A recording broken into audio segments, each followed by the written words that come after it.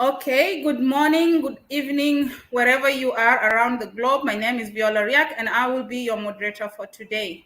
Welcome to this important discussion where we will be discussing about the United Nations Security Council Resolution 1325 on women, peace, and security. Thank you all for joining us. On October 10th, 2020, the United Nations Entity for Gender Equality and Empowerment of Women, known as UN Women South Sudan and South Sudanese Women Intellectual Forum, collaborated on a panel discussion to celebrate the 20th anniversary of the United Nations Security Council Resolution 1325. The Security Council adopted Resolution SRES 1325 on women, peace, and security on the 31st October 2000. This is a resolution that reaffirms the important role of women in the prevention and resolution of conflict, peace and negotiation, peace building, peacekeeping, humanitarian and response, and in post-conflict construction.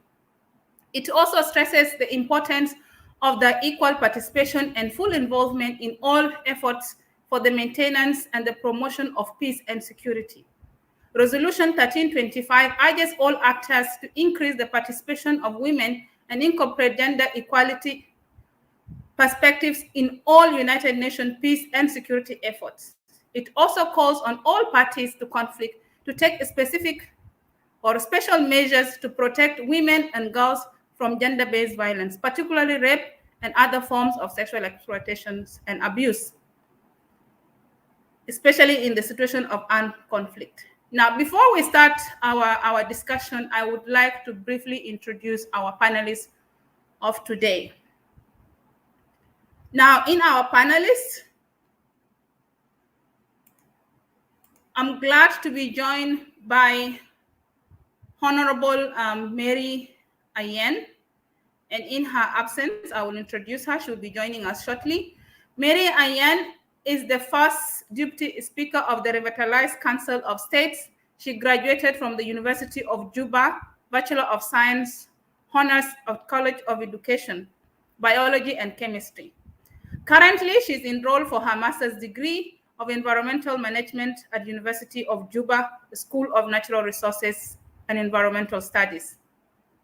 Achan served as a part-time teacher assistant at the University of Juba from 2004 to 2007. Honorable Achan worked for the government of South Sudan in the Ministry of Animal Resources and Fisheries from 2007 to 2011. In 2011, she was nominated to the Council of States, where she was assigned to chair the Committee of Gender, Peace, and Reconciliation from 2015 to 2019. Now, from 2019 to May 2021, she chaired the Specialized Committee on Decentralized Governance and State Affairs. Meanwhile, she was also the acting Speaker of the Council of States from September 2020 until the National Legislature was dissolved in May 2020. Honorable Achan is a co-facilitator at the National Transformational Leadership Institute at the University of Juba. Achan is currently the Vice Chair for the Board of Directors of Steam Power South Sudan. She served as the patron of the Grand Debaters Association of South Sudan. She is so passionate about women issues and advocate for environmental justice and environmental related issues to the oil producing areas. In July 2021, this year, Honorable Achan won the recognition certificate on global leadership environmentalism awarded by Women Intellectual Forum at the Women's Peace Award. Now, viewers, I'm also glad to introduce to you my second panelist of today, and that's none other than Honorable Betty Achan Oguaro. Honorable Betty is a prominent women's rights activist and a trained mediator and negotiator. She is a member of parliament. Honorable Oguaro is also a microbiologist and a researcher. She has held many positions of leadership within the government of South Sudan, including as the Minister of Agriculture and in the Ministry of Animal Resources and Vegetarian Services. Honorable Oguaro is the founder of the South Sudanese Women Parliamentarian Caucus in 2006. She is also a co-founding member of South Sudan Women Leaders for Peace, which was established in December 2013, and South Sudanese Women Peace Network in 2014. Viewers, my third panelist of today is Ms. Mavic Kaberia Belaza. Mavic is the founder and international coordinator of the Global Network of Women Peace Builders. Mavic initiated the Philippines National Action Planning, a process on UN Security Council Resolution 1325 on women, peace, and security. She also served as the international consultant to Nepal National Action Plan. She has provided technical support in 1325 National Action Planning in Guatemala, Japan, South Sudan, and among other countries.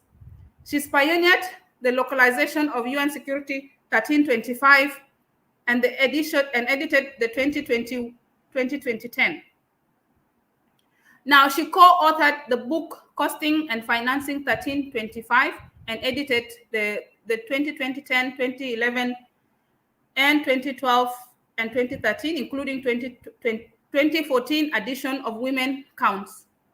Civil Society Monitoring Report on Security Council Resolution 1325.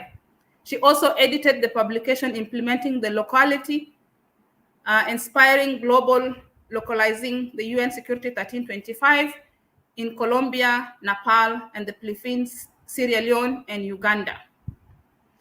Our fourth panelist could not join us today because of internet issues, and that is Mr. Edmond Yakani. Viewers, panelists, welcome to this panel discussion, and we will start straight with our question.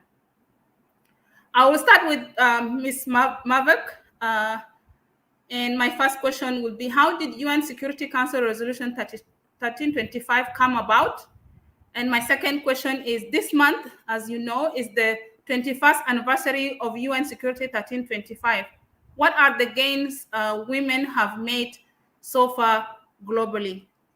Ms. Mavok, you can now unmute yourself. Thank you so much, Viola, for having me. And thanks for those big questions. The resolution 1325 that came from the Security Council, unanimously adopted by the Security Council in October 2000, is a product of civil society advocacy. Several years before it was officially adopted, women peace activists and women's rights organizations and other civil society groups from around the world have been discussing on how to draw the attention of the Security Council, the most powerful structure in the UN, to address the impact of war on women. But it is important to note that the Women, Peace and Security Resolution 1325, and now we call the Women, Peace and Security Agenda because there's already 9 supporting resolutions, and there are many international frameworks and regional and national policies that support it. So it elevated the discussion on how the impact of war and violent conflicts on women is impacting international peace and security. So tireless advocacy by women made Security Council Resolution 1325 possible. And not only they were advocates talking to member states, talking to policymakers in the UN, they were also co-drafters of this groundbreaking resolution. So you see, it is unique because of its ownership, because of its groundedness in women's civil society activism. And so that was all happening in late 90s, and especially in one of the biggest gathering of peace activists, which was the Hague Appeal for Peace in 1999. That led to the Security Council really listening to what civil society was advocating for. So in March 8th of 2000, International Women's Day, Ambassador Anurul Chowdhury from Bangladesh, who was then the president of the Security Council, made a conceptual breakthrough by introducing the Women, Peace, and Security statement through his official press statement as president of the Security Council, and that was uh, that generated a lot of attention within the Security Council, attention that translated into support, political support later on. And so in October of that year, 2000, the governments of Namibia, Canada, and Bangladesh co-sponsored the resolution. And as I was mentioning earlier, it generated support from all the 15 members of the council. So it was unanimously adopted. And I would like to make one important technical detail here. Resolutions adopted by the Security Council without a veto are international laws under Article 25 of the UN Charter. And by that, it means all member states, all 193 member states, including South Sudan, are mandated to implement the resolution in their country. And I'm happy to know, of course, that South Sudan has a national action plan. But I would love to hear from all of you later whether there's already a second phase of the national action plan, because I know the first one expired. And I was also participating in the development of the first national action plan. Honorable Betty is aware of my many trips in South Sudan to facilitate workshops around the first national action plan, including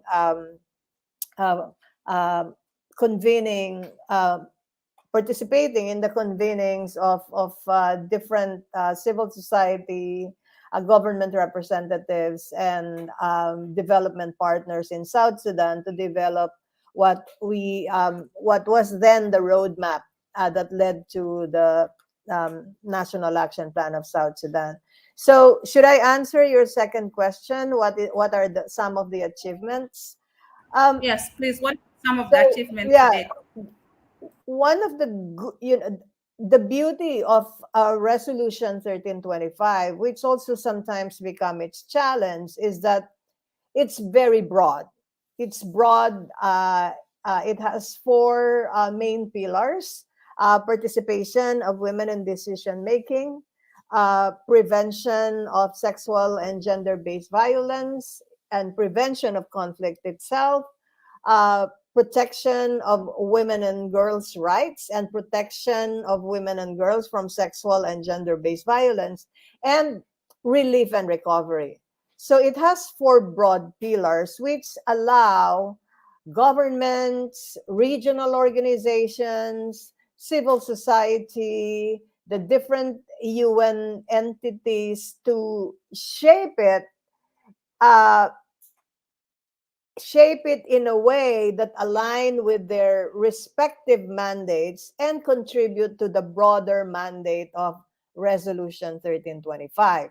But sometimes it can also be a challenge because, people, some or institutions want more guidance, like very, very specific guidance on what they need to do. So right now, one of the key achievements is there are now 93 national action plans on Resolution 1325, meaning 93 governments have developed their own instruments on how to implement it in their countries. Another achievement is there now more than 50 local action plans. And I am proud to say, and you included this in your introduction, that the Global Network of Women Peace Builders has pioneered the localization, because our idea is to take the resolution out of New York and bring it to the communities directly affected by conflict. And I would like to acknowledge Honorable Betty Oguaro, who is also our member of the board, that she's one of the um, key officials that we've been working with to spread the methodology of the resolution, because people at the local level need to own the resolution so that they can participate in its implementation. I can talk endlessly about 1325, and there are very specific achievements, but I'll share that later. But one final thing that I would like to emphasize about the achievement is that it has become a key instrument for organizing and mobilizing women's rights organizations and civil society from around the world at various levels, international, regional, national, and local, to address the conflict in their own with their own constituencies, in their own jurisdictions, in their local communities, to make sense. At the end of the day, we need to be able to say, how has 1325 made the difference in the lives of women in a farming community in Torip, or in Baral Ghazal, or in Ye? If we cannot answer that question, we are failing the promise of Resolution 1325. Thank you Thank very you. Over much. to you now. Thank you very much, Mavic, for giving us that historic perspective and some of the key achievements that UN Security Council 1325 has achieved so far. Now we have been joined by our fourth panelist, and that's Mr. Edmond Yakani. So viewers, allow me to introduce to you Edmond Yakani. Edmond Yakani is the Executive Director of Community Empowerment for Progress Organization. He is a graduate of law, and he's also is a well-known human rights and peace activist because of his activism. He was a recipient of Civil Rights Defenders of the Year in 2017, and he received other awards. He is a frontliner in promoting women meaningful participation in public life. Welcome to this conversation, Mr. Edmund. You can unmute yourself and say hi so that we can know you can hear us. Mr. Edmund, are you with us? Okay, I will continue with the panel discussion. Thank you very much, Movik. I will go straight to Honorable Betty Achan. And my first question is, Honorable, what are the key international and national legal frameworks on women, peace, and security? My second question will be, what are the strategies for women in South Sudan to achieve peace and security? The floor is over to you for the two questions.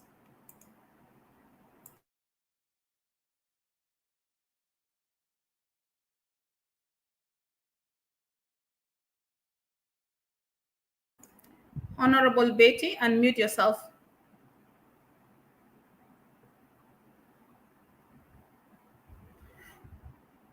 Okay, we seem to have Honorable Betty. You need to unmute yourself.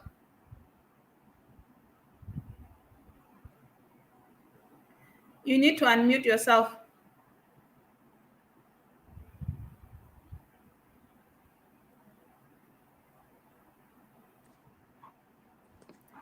Yes.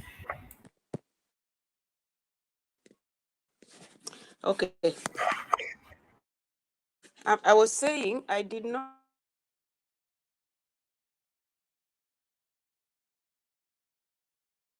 echoes.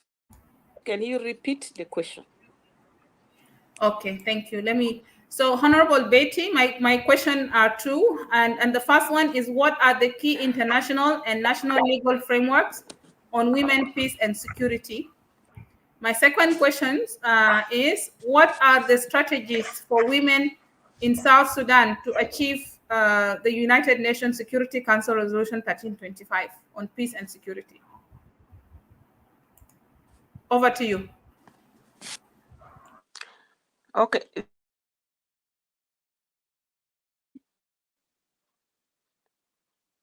Hello? Hello? We are having problem with your mic. Can you speak closer?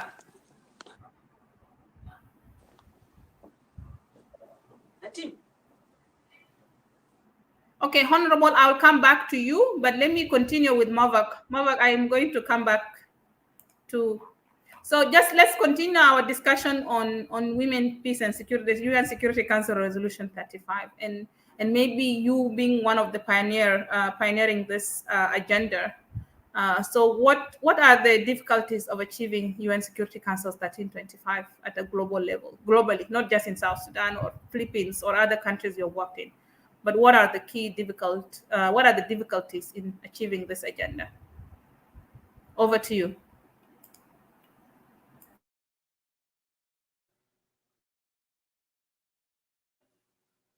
One of the challenges, and this may seem to be hard to believe, because we're already approaching the 21st anniversary in a few weeks, or in a couple of weeks, is that 21 years later, there's still low awareness of Resolution 1325 and the supporting resolutions in many countries, but especially in local communities, even those communities that are directly affected by violent conflicts. And these are the communities for which the resolution need to make a positive and transformative difference.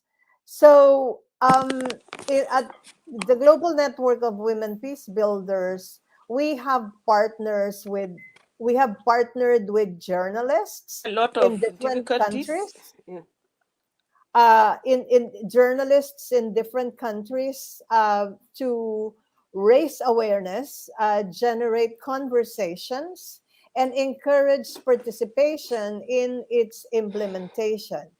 And we have been able to do this in more than 10 countries now.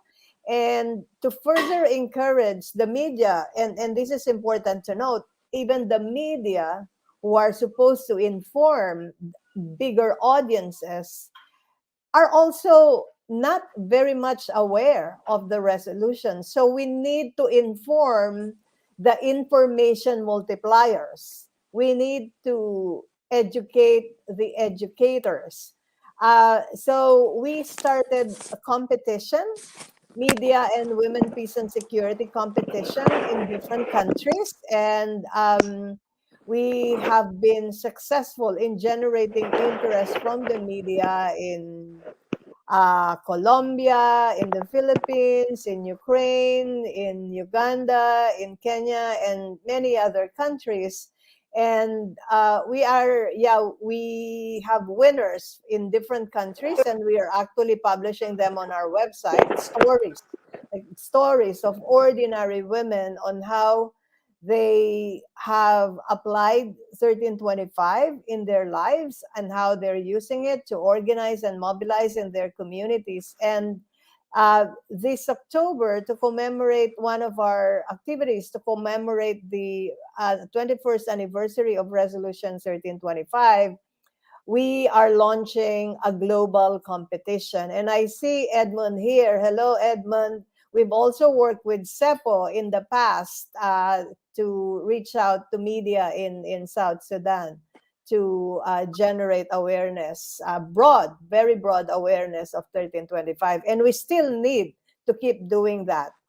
I see that my fellow panelists are here, so I really would love to hear from them. So I respectfully suggest that you turn to them now, Viola, but I'm here always to respond to your questions.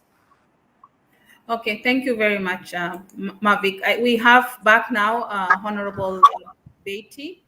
And Honorable Beatty, I'm going to ask my questions again. I have two questions for now. And then the first question is what are the key international and national legal frameworks on women, peace, and security?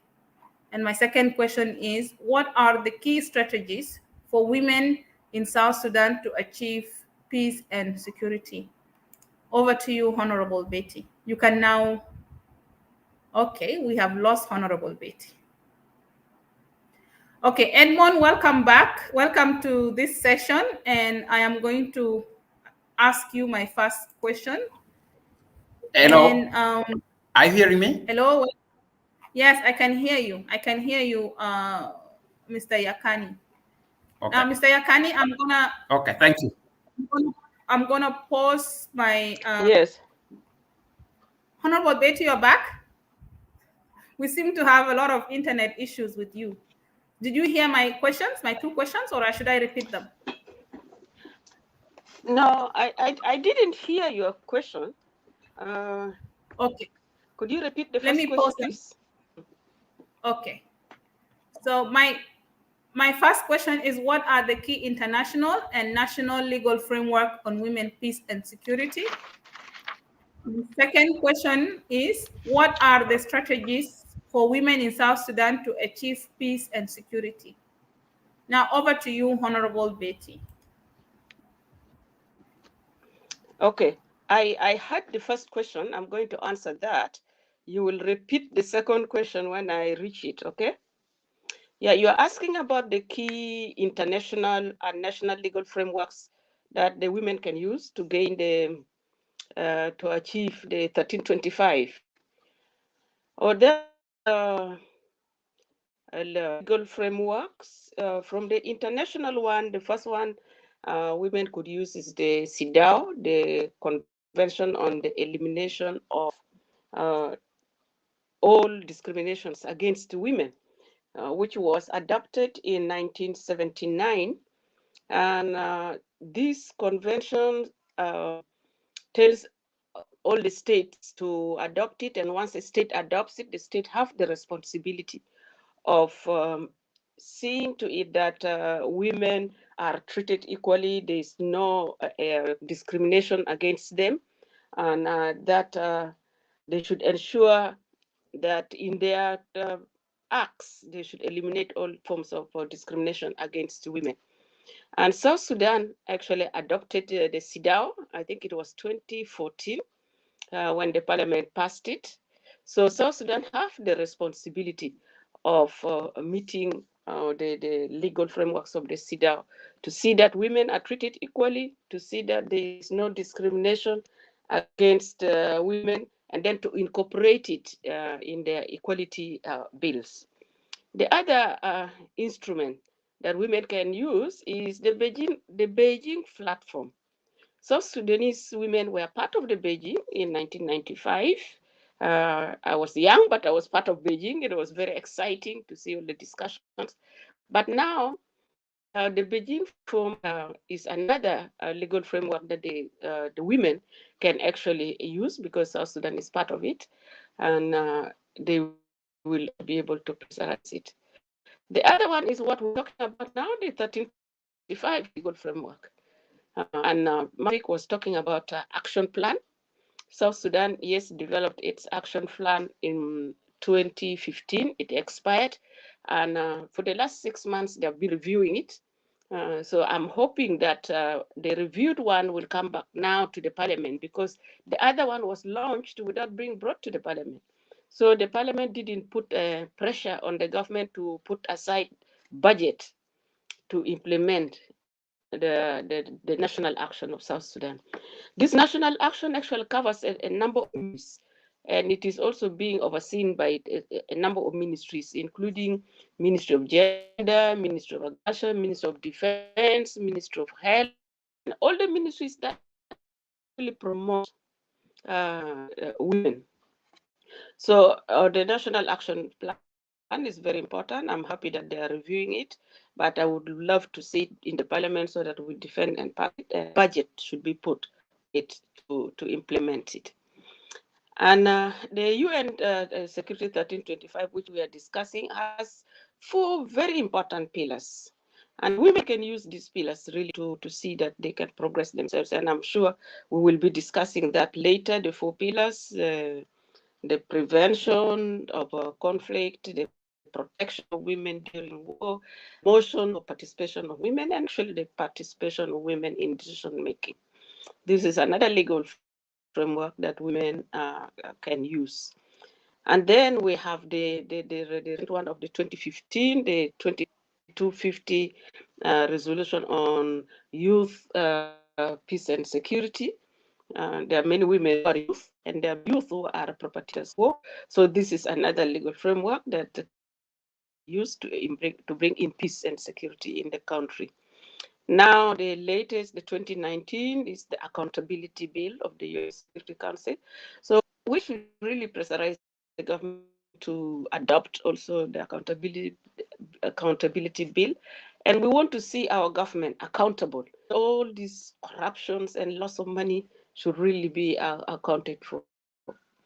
Now, at the national level, before we go to national, at the regional level, we have the African Union and the IGAD policies. These are also policies that are promoting the equality of women, and there are the legal frameworks that women can use.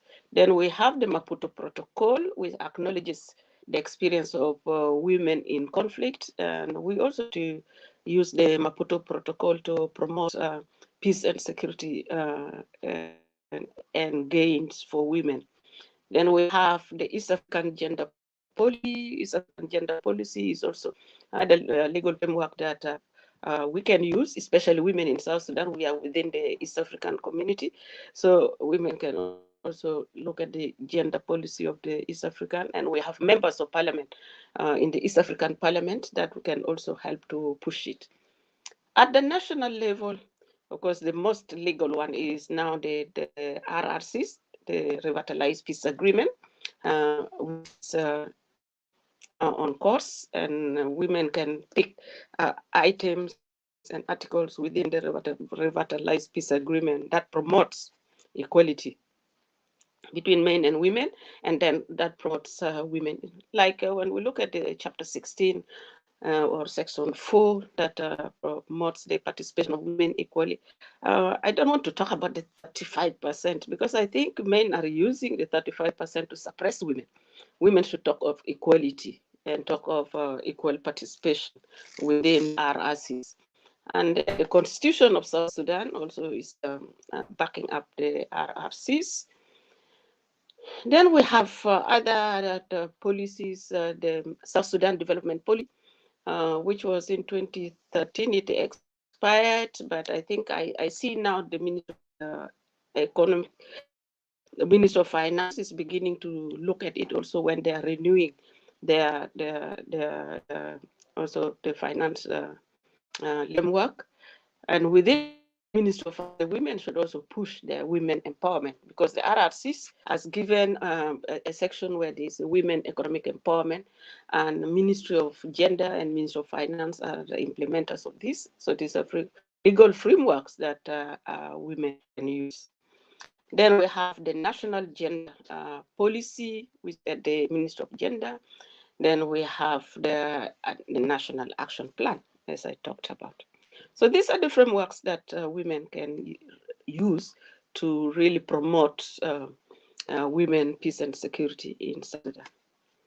So if you can repeat your second question, because I didn't hear it. Thank you. Yes, thank you very much for giving that overview on how the international and national and legal frameworks that are governing peace and security of women. Now, my second question is, what are the key strategies for women in South Sudan to achieve peace and security? What are the? key strategies for women in South Sudan. What are the what? What are the key strategies for women in South Sudan can use?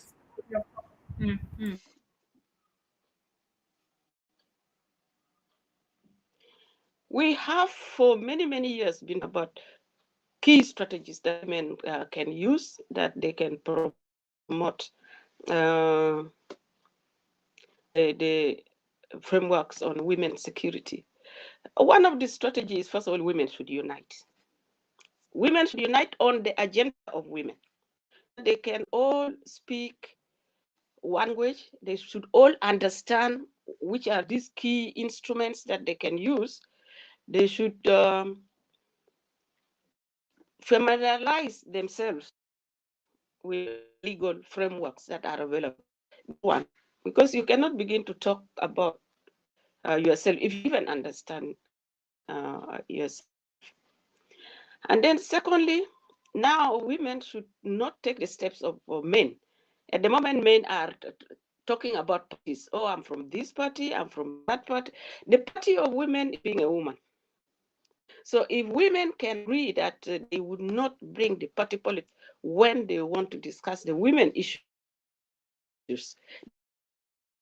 this will be a very key strategy that women can.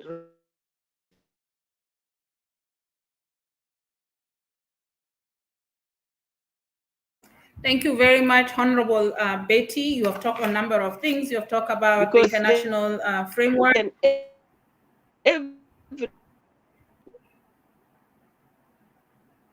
Honorable Betty, I'm losing you. So I'm gonna have to switch to the next panelist. Sorry, you are breaking.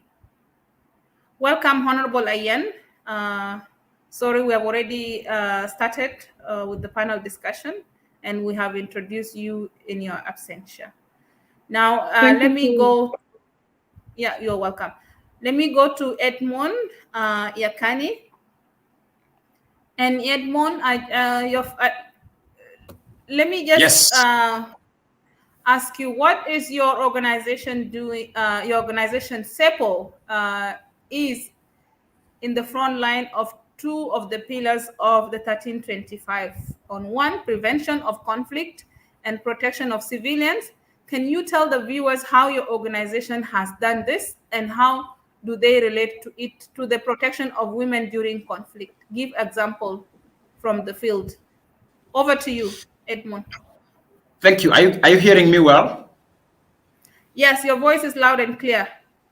Yes, yeah, thank you. I'm in the field practically right now as I'm speaking with you. I'm in the field for conflict prevention in Yambio. As you are aware that Western Equatorial situation is unfolding, started from Tombra, violence among the communities that has escalated to Yambio with killings. So practically what we are doing is that whenever we're doing our peace building, at least we have to ensure that we integrate the values and the indicators of 1325 with regard to the two pillars that you have mentioned. So we make sure in terms of protection, we take into account equally the protection between men and women, boys and girls. But of course, for women, we have an extra care because of the status. That's what we're looking at. In terms of, for example, right now there's an organization of IDPs camps for IDPs that come from Tombra, who are either in Yambio, Ezo, Najero, or partly some of them are in Wow. So what we're doing, we make sure that in the whole organization of the IDPs camps and the response to the situation of the IDPs camps, we take priorities of women and we integrate 1325 indicators that concerning the three pillars is the two pillars I've said. Peace building, women should be participating in the peace building, not only as a listeners, not only as a participants, but also they should be facilitators. They should be among those who make decisions on outcome of any peace dialogue in terms of generating, and we cross-examine how much are the content of the resolution of the dialogue, taking into account the values enshrined in 1325 or 2250, as like Honorable Betty have said, regard to youth, peace, and security. And in terms of having a peacekeeping responding to the situation of protection of civilians, we make sure that within the peacekeeping force, like right now we have economies temporary base in Tombra, I want to make sure that women are part and parcel of the boots of peacekeeping missions that are happening. So we do also a lot of debate with armies to make sure if they're deploying soldiers, they deploy female soldiers together. If they're deploying police, female police together. If they're deploying a civilian component, they are female component with them. So that's what we're doing. So in terms of a peace building, if we're going for we need facilitators, or if we can term them mediators, we ensure women are part and parcel of it. If there's a parties in conflict and they're sending delegates to negotiation or to mediation, make sure that those parties also send delegates who are female. And if we're doing resolutions, we want to make sure that in the resolution team that are writing up the resolutions, women are part of it. So that's the way how we work. If we put in terms of protection of civilians, we make sure that special needs of women have to be taken into account in terms of response, in terms of providing services. So that's practically how what we're doing. But I hope also, if I can be allowed to respond to some of the questions you have asked with the other previous panelists, there's a one issue that you have asked, Honorable Betty, is burning me in terms of the strategies of women working around 1325 or 2250. Thank you over there too. Thank you very much. No, we'll come back. I think Honorable Betty is having a bit of challenge with her internet, but we'll come back to that. So thank you very much, Edmond Nyakanye. I think I'll stop there for now. Let me go to Honorable Mary Achan. Welcome, Honorable. Honorable Mary, there are 4 pillars of UN Security Council Resolution 1325. What do these pillars mean for South Sudanese women? And my follow-up question is, what are the gains South Sudan have made since the resolution was passed? Over to you, Honorable Achan. You can unmute yourself. Honorable, please unmute yourself. Yes, thank you so much, Viola. And I'm sorry, I regret that I missed part of the discussion. Otherwise, I want to recognize all the colleagues, the panelists. And I think that the topic is very important because I think now we have passed 20 years since the resolutions was adopted in 2000. So it's I think the discussion also will help us to reflect on how South Sudan has been implementing and what is needed also in order to also to bridge the gaps that in case if we agree that there are some gaps are still there, not only in South Sudan, but I think to the most of the African countries also. In regards to the 4 pillars, especially for South Sudan, number 1, if we are talking about protection, as the United Nations Security Council Resolution 1325, when we talk about protections, we mean that the perpetrators are supposed to be brought to book, and then I think it will be the mandate and obligation of the government of South Sudan to make sure that this aspect is implemented. In particular, that we are living in a situation where we have been into conflict before independence and right now, and so many abuses have been, has taken place. So in regards to this issue of pillar of protection, we need to ensure that the government need to ensure that women are protected and the perpetrators are punished and are brought to book. And it's about also to strengthen the mandate of peacekeeping. We have the peacekeepers in South Sudan. So when we are talking about strengthening their mandate, it's that the government also to cooperate with them to ensure that they complement the initial mandate of the government, and that is also to provide safety to its people. And when we talk about protection also, it's about strengthening the women's rights. So the South Sudanese women, like other women in the globe and in the region, have rights, and those rights also are protected by law and by this instrument, by national laws and regulations such as our constitutions and the peace document. And in aspect number 2 or pillar number 2, when we talk about prevention, is that the government with all the relevant agencies also to work together that to ensure that women are the situations of conflict are prevented so that women are not exposed to all humiliations and all human rights violations that happen during conflict. And then we talk also about participation. In participation, women have all the right, as per these resolutions, to participate in the decision making at all levels. And when we say at all levels, as per the situation in South Sudan, I think it's something we need to reflect on, because if we look at the implementation of the current revitalized peace agreement, I think the document somewhere fell short of recognizing this part of all levels, because we will find that the 35%, the document for some reason mentioned only in the executive, but yet it was meant, and I know all the women and even the government in and all the parties to the peace agreement, when they signed the declaration of principle, they acknowledge that yes, women's participation will be at all levels of government, not only in the executive. So I think in this aspect of participation, there is something that the women of South Sudan, the government of South Sudan, and our partners need to reflect and to see how can we amend this part and then to correct it.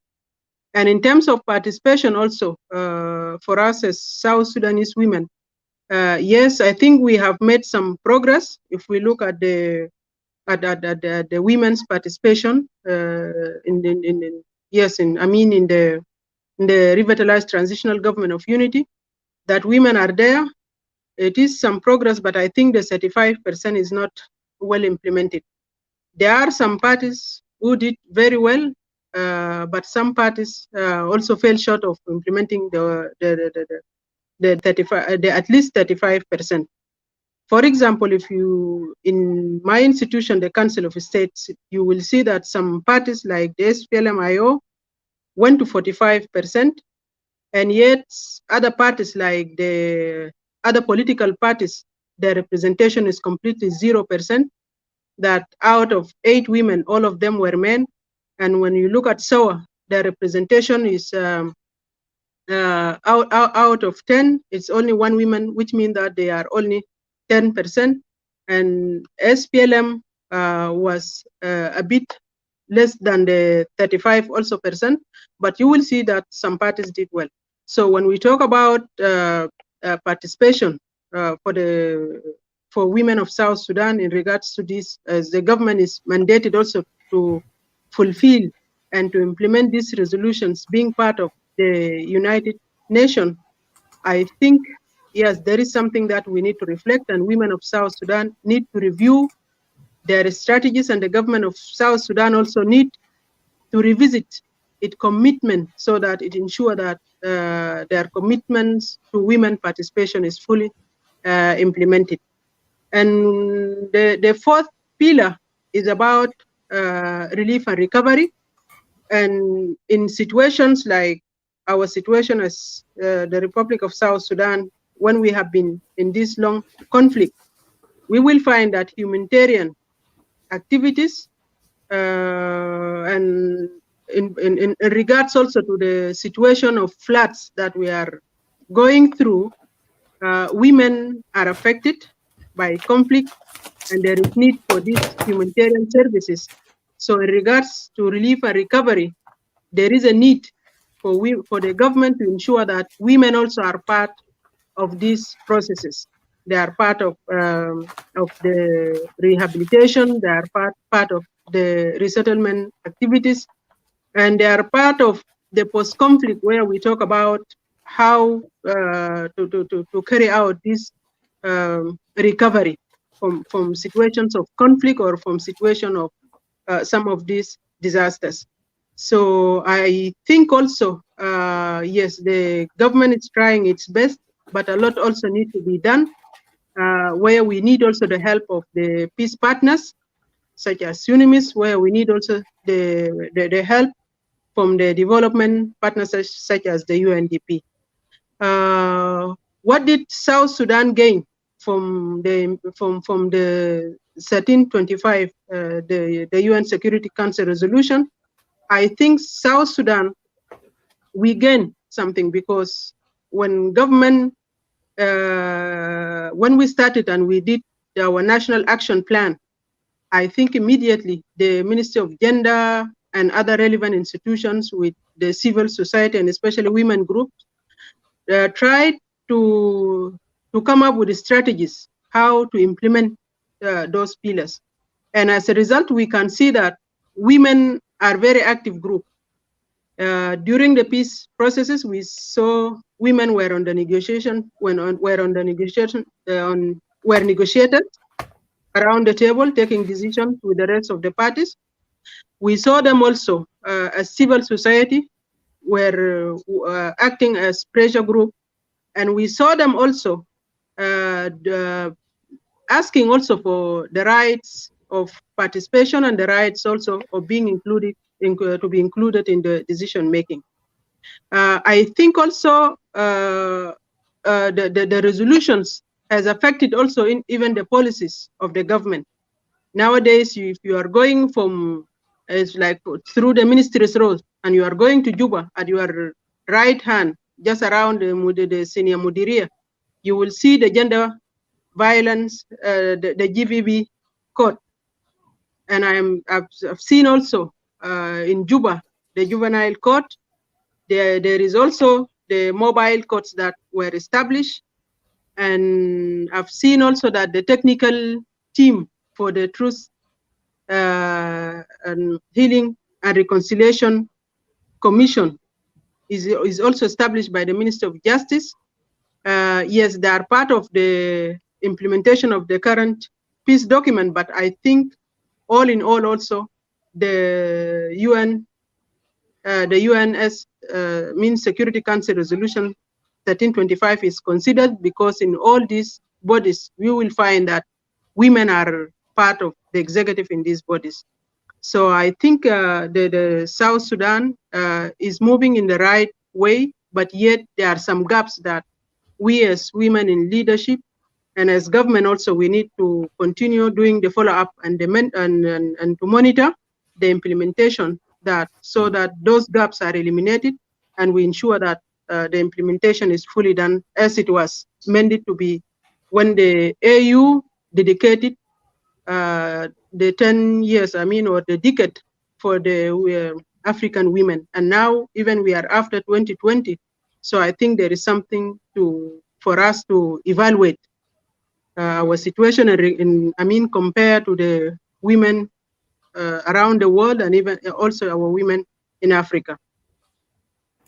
Thank you very much, Honorable Achan, for highlighting the key pillars of UN Security Council Resolution 1325 and reflecting on what South Sudan has gained so far with that resolution. Now, I'm coming back to you, Movik, on my fourth question. And briefly, in 1 minute or so, how is the UN Security Council Resolution on Women, Peace and Security related to youth peace and security? And what are the other UN Security Council resolutions that women have to be aware of? Briefly, as we are running out of time.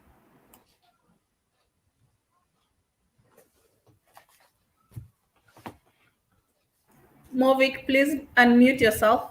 Yeah, thank you. I am, okay. The Youth Peace and Security and Women Peace and Security resolutions are complementary. They are stronger together.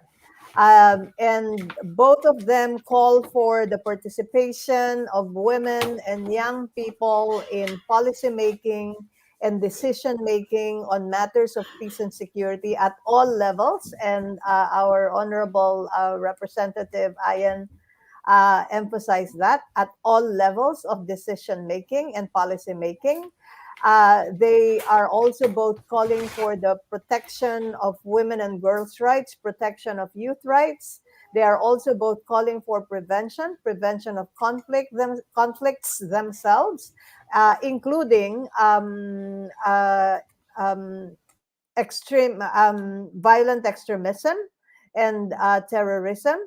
They're also both calling for the prevention and relief and recovery, which are which first were provided for in Resolution 1325.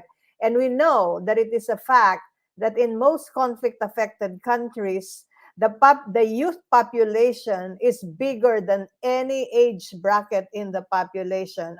You know it better than me on, how many percentage of the total South Sudanese population is made up of young people, 35 years old to and under.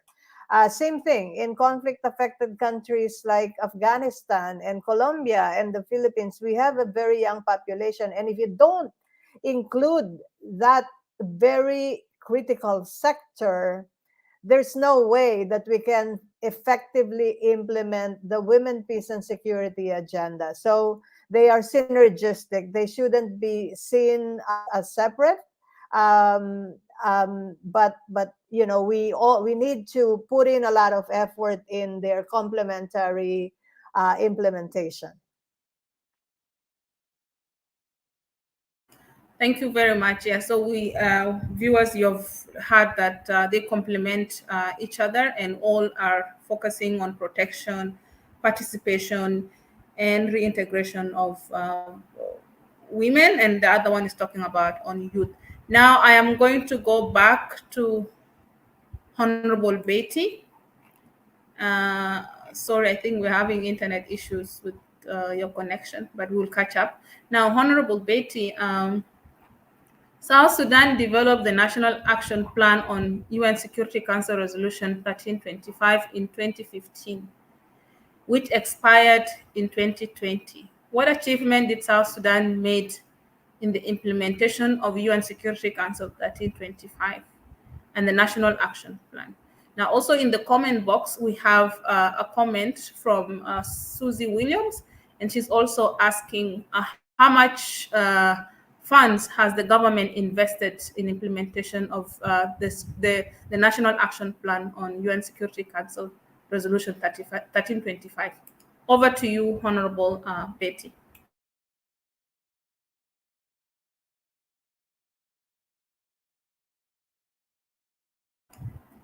Honorable Betty, you are muted. Unmute yourself. Okay. So once again, I want to say thank you. It's always a pleasure to be in this forum. Now, I want to go back a little bit about the strategies. Just I will mention 2 or 3 points, then I'll go to your next question. The strategies women need to use is, I had said earlier, they need first of all to agree to work together as women. They need to understand all these instruments that are being passed. What is 1325? And I'm sure today, if you talk about 1325, even to parliamentarians among us, there are people who do not know the details of 1325. So one of the strategies is really to understand and study all these protocols, including even the RRCs. What does it say? How does it promote women? And what are the gender policies in the Ministry of Gender and the other relevant ministries? And what does the National Action Plan state? Because National Action Plan is across so many ministries. So all the ministries almost have something to do with the National Action Plan and the promotion of women. The other thing women should do is really use the media. I'm very happy now we have a lot of women in the media. We should use the media to really raise awareness on all the protocols, leave alone raising awareness on that women are suffering, women are No, we should now raise the awareness on the protocols that are there, that the government should use to promote women. So let's use the media and use the media effectively, because I know people listen to the radios, even if not many people have TVs, and we will not have enough time on the TV, but we will have a lot of time on the different radios that are in South Sudan. And then it should also not be just in English. Not everybody understands English. Not every woman understands English. So the different women must now try to translate this in their local languages, so that when they go to the radio, we should ask airtime for the different languages, so that we can tell the women what is there for women and how they can use it. And then we need to network across all levels so that we are continuously together. And we need to network with people like the gender, the GNWP, so that they can even inform us what is happening at New York, because they are based there and decisions are made there. And then we can inform them how they can also lobby for us, because they are at the center of where lobby takes place, and we are very far away.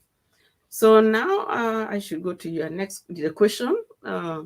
What have we achieved?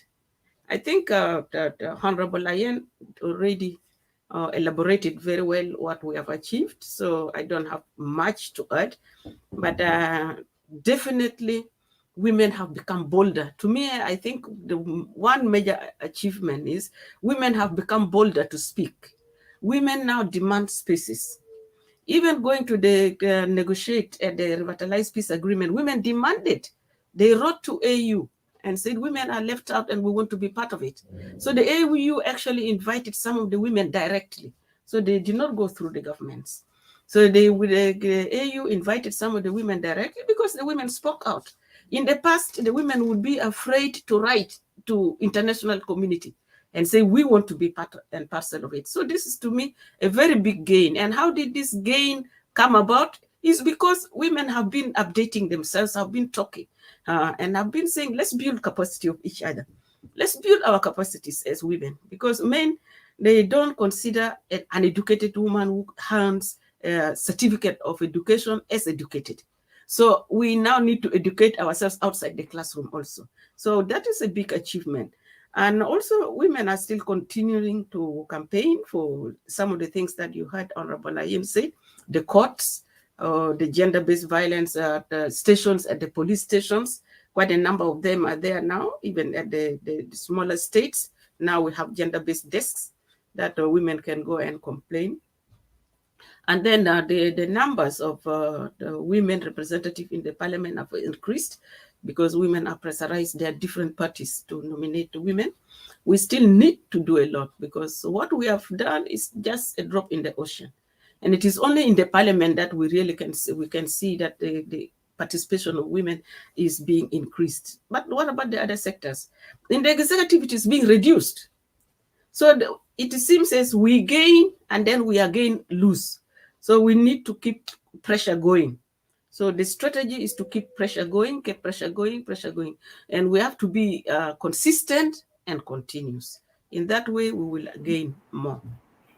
Thank you. Thank you very much, Honorable Betty. You have talked about the number of things that has been implemented, complementing what Honorable Achan says. You talk about the SPUs, about the GVV court. There are also now the one-stop centers in the hospital providing services to gender-based violence survivors.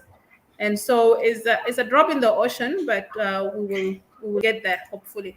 Now I'm going to come back to our only man in the panel, and that's Mr. Yakani. And Mr. Yakani, my next question is, what ways can the civil society organization, including the women groups, influence and achieve women's effective participation in governance and the country peace process? And maybe a follow-up question to that is, what is the role of the civil society organizations, in particular the women groups, in the achievement of the 35% affirmative action and the implementation of 1325? You heard from Honorable Achan earlier saying that a number of parties have not achieved the quota of the 35%. What is your take on the two questions, Mr. Yakani? Thank you very much. I think first I would like to set a clear narrative that my experience over 10 years working as a man on 1325, as a champion of he for she in South Sudan on 1325, have shown me very clear that we need to accept the reality. The reality, if you want meaningful women participation in public life, and specifically if you refer to government, how much academically, scientifically accurate we are with that effective women representation in the political establishment, which we can term them as a political parties, our message is just responding to the donors' ears and the donors' interest. Women in political parties play a big role, and that's what I would like to go back to the strategy.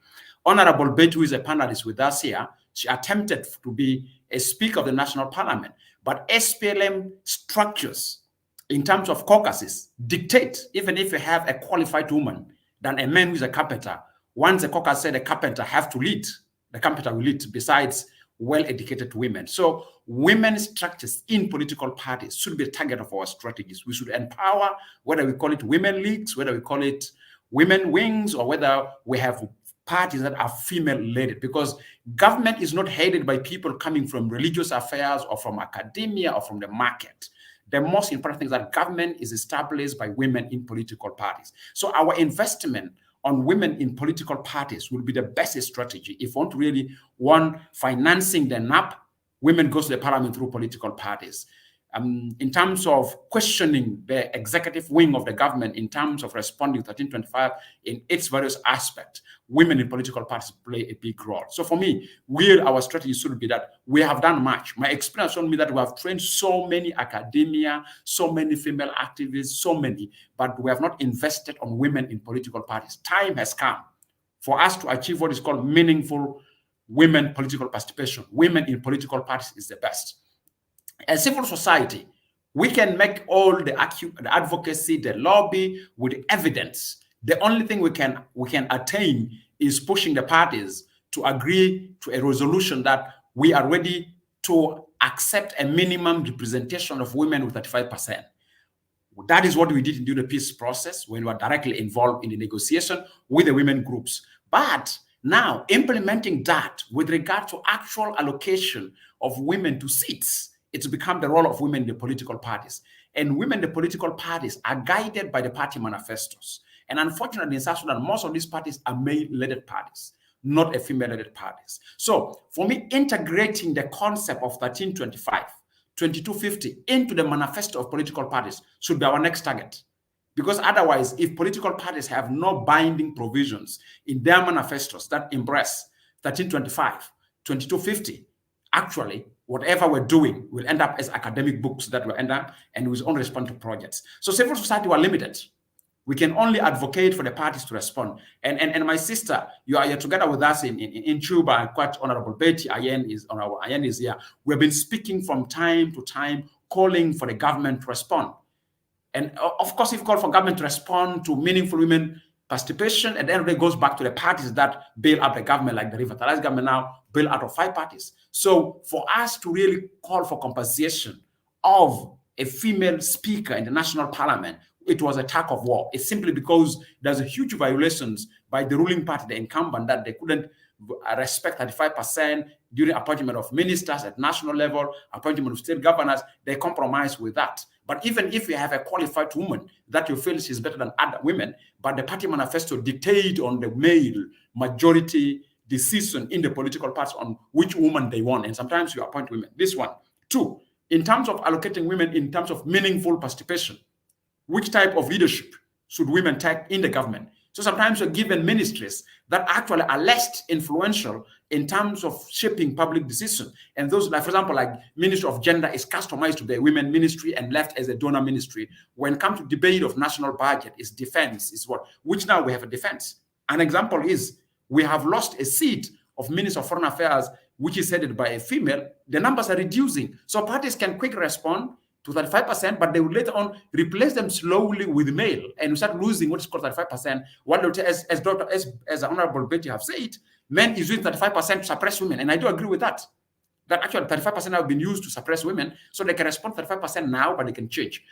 So in the context of South Sudan right now, as civil society, as a women-led group, if you look at the legislature leadership, I mean the 2 houses, the upper house and the lower house, in terms of leadership, the National Legislative Assembly, where Honorable Betty belonged to, at least in terms of the leadership, it's been shared 50-50 between men and women. We have speaker, a female, and deputy speaker, a female. If you go to Council of States, at least we have Honorable Mary Achan as deputy speaker there. She took 35%. Now, if you bring the 2 houses in terms of legislative leadership, women dominate 85% of characters that decide the national legislature decision. But the question is, how much are we investing in person like Honorable Mary Achan in terms of strengthening her capacity of reach out, her capacity of research in the office? Because sometimes we can call, they can be given leadership, like Honorable Mary Achan as a deputy speaker, and her office will be less funded by the mail, while those of us who are advocating, we don't fund her. So she needs to be empowered with the research department, she needs to have accuracy. So for me, it's a question of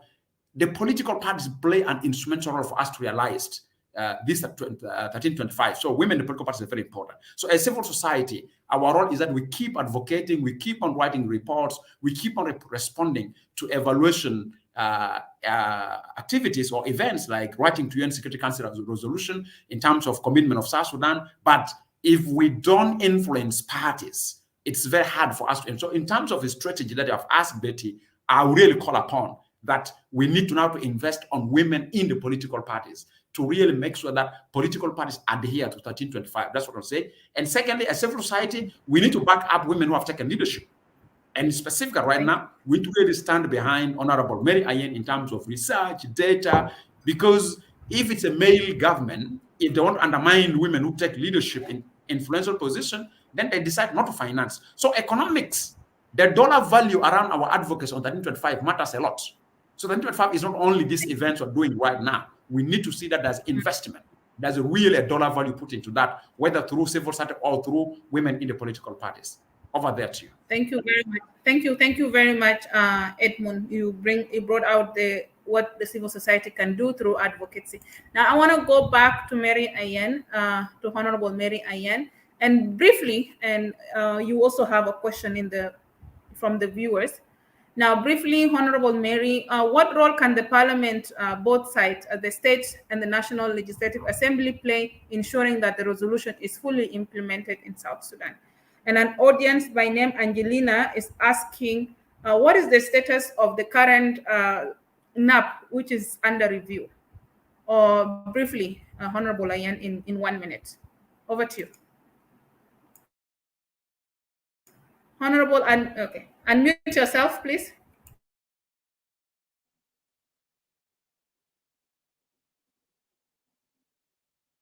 Honorable, unmute yourself.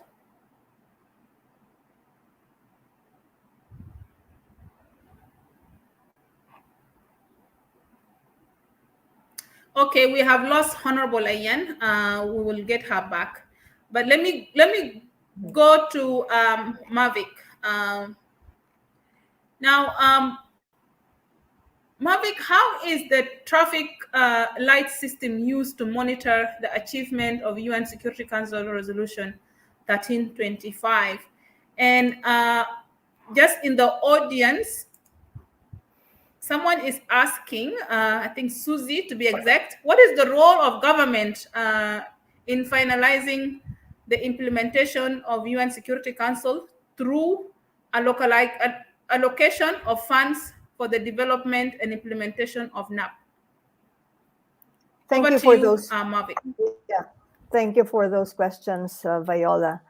The first point, the traffic light system, is a monitoring system that we have developed at the Global Network of Women Peace Builders to assess the level of implementation of Resolution 1325 and the broader women, peace, and security agenda at the national and local level.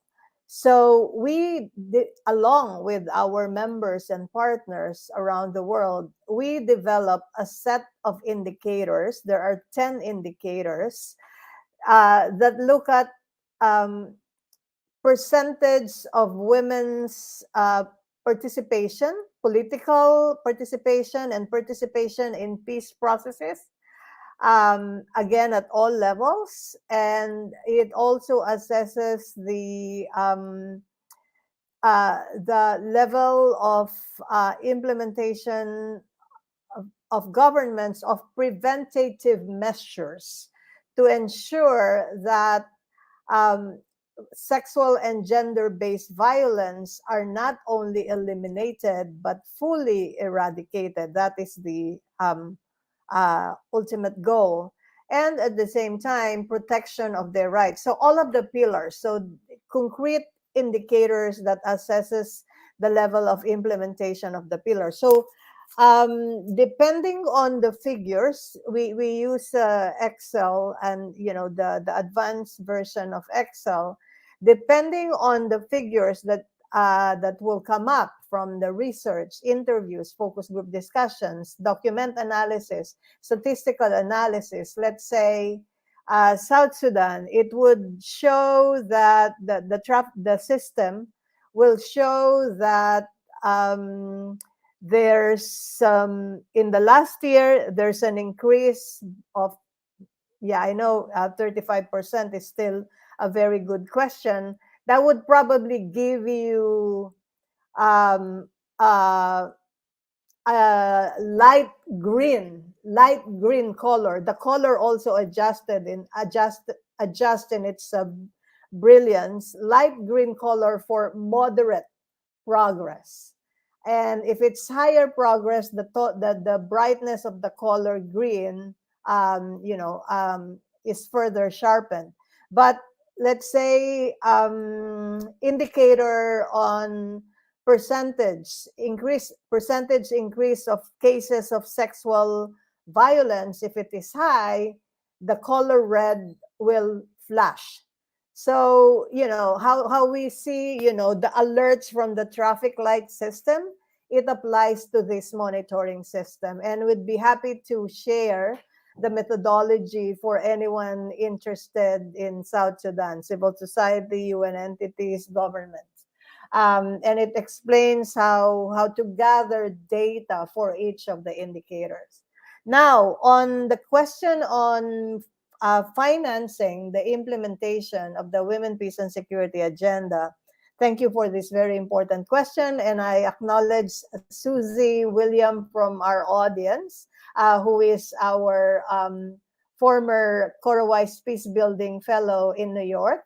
And she continues to work with us as one of our focal points in Africa. Hello, Susie. Thank you for joining this. Let me give you several important and mind-boggling figures, okay? In 2019, the global military spending is 1.9 trillion. It's not million, it's not billion, it is trillion, $1.9 trillion. In 2020, when COVID-19 became a global pandemic, bringing unprecedented challenges to the healthcare systems, millions of people getting sick and dying, the global military spending increased. It is now $2 trillion. This is at the time when social protection systems are failing. Health services, housing, access to education are all failing, even in developed countries like the United States, even in the UK, even in other countries in Europe. What more for developing and conflict-affected countries like South Sudan, like Afghanistan, like the Philippines, like parts of Colombia? What more? What you can imagine the level of misery in 2020, and it is continuing also because there's still a vaccine inequity. Healthcare system are still very weak. Now, it increased. It's just unconscionable to think that military spending is continuing to increase. Now, national action plans. Out of 93 national action plans, only about 24% have dedicated budget for implementation. And we know, Honorable Mary Achan, Honorable Betty Oguaro, and all of us, civil society and the UN, governments operate on budget, right? We can write all policies, strong, robust, beautiful policies and laws, but if there's no corresponding budget dedicated to their implementation, we can assure those laws and policies will gather dust on the shelves of the government bureaucracies. I love to quote the Minister for Peace and Reconstruction of Nepal, one of the countries we work with in implementing the Women, Peace and Security agenda, including specifically through national action plans. He said, a national action plan without budget is like a car without fuel. Useless, right? So it's so, and then this is another staggering figure. On the average, funding from donor countries to fragile states is $96 million a year, average. How much is the funding that goes to women's rights organizations, women peace builders, civil society groups that work on peace building? 0.02%.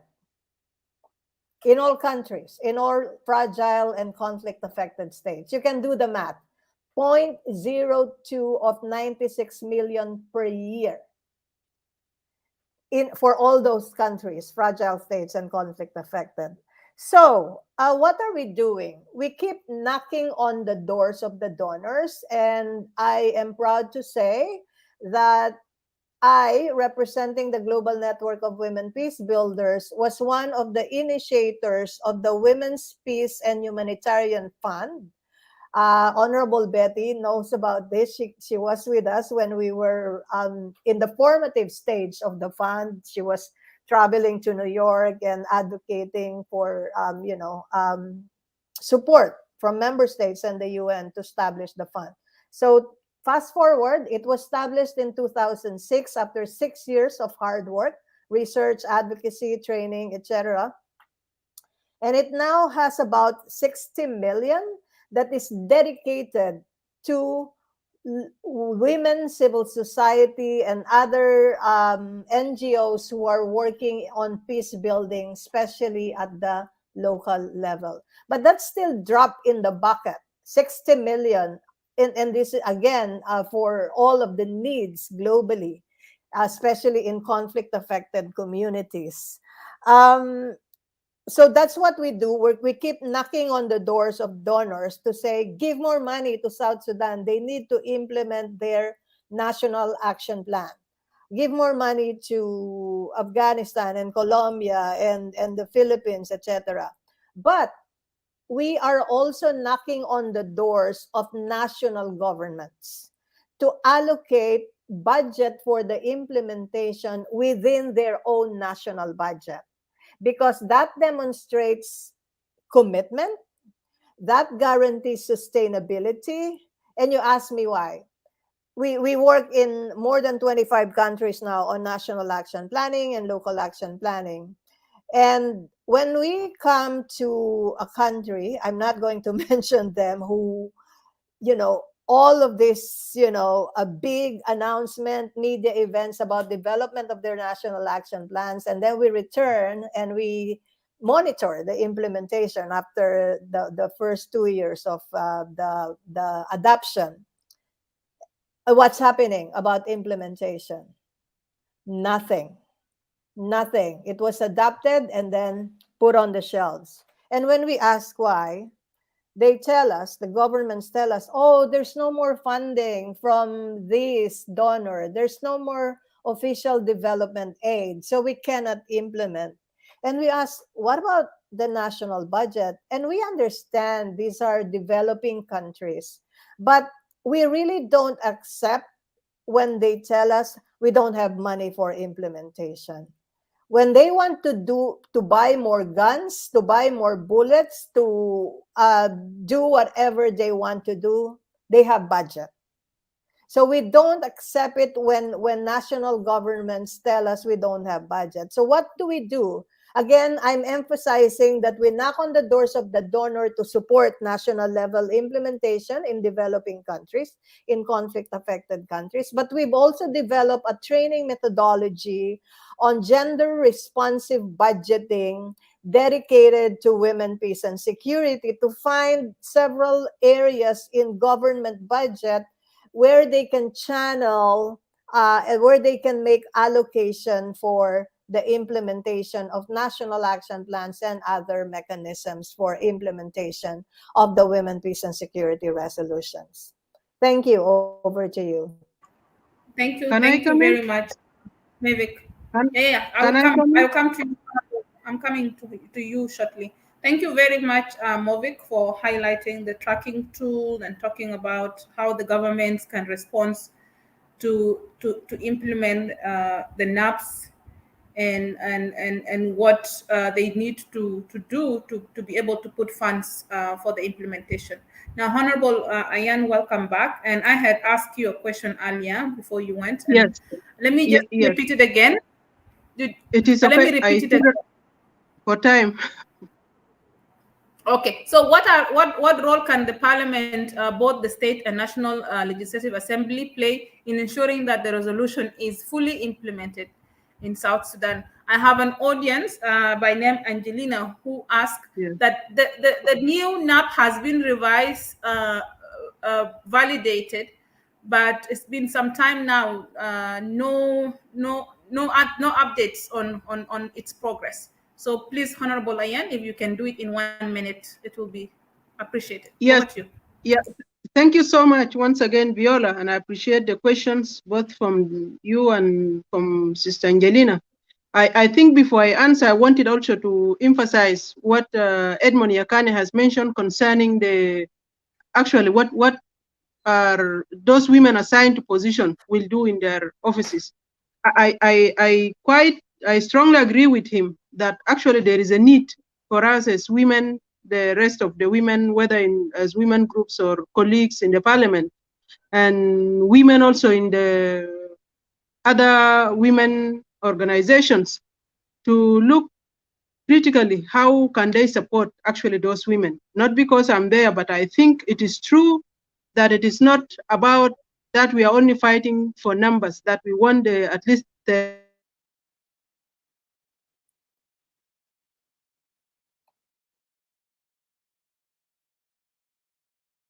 and what I mean by is about the additive value that those women will be adding to their positions in compare if it were if it was men who were appointed to those positions, and the impact also in the life of the other women they do represent.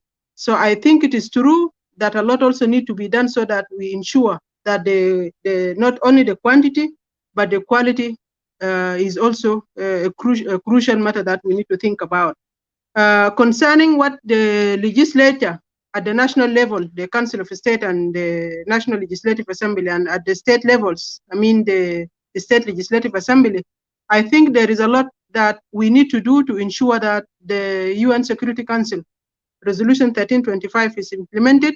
In terms of now we have a golden opportunity that we are reviewing some of our national laws as provided by the Revitalized Agreement. It's a chance also to see that if those laws are in line with the implementation, or if they will support the implementation of the UN Security Council resolution with the other 6 supplementary resolutions.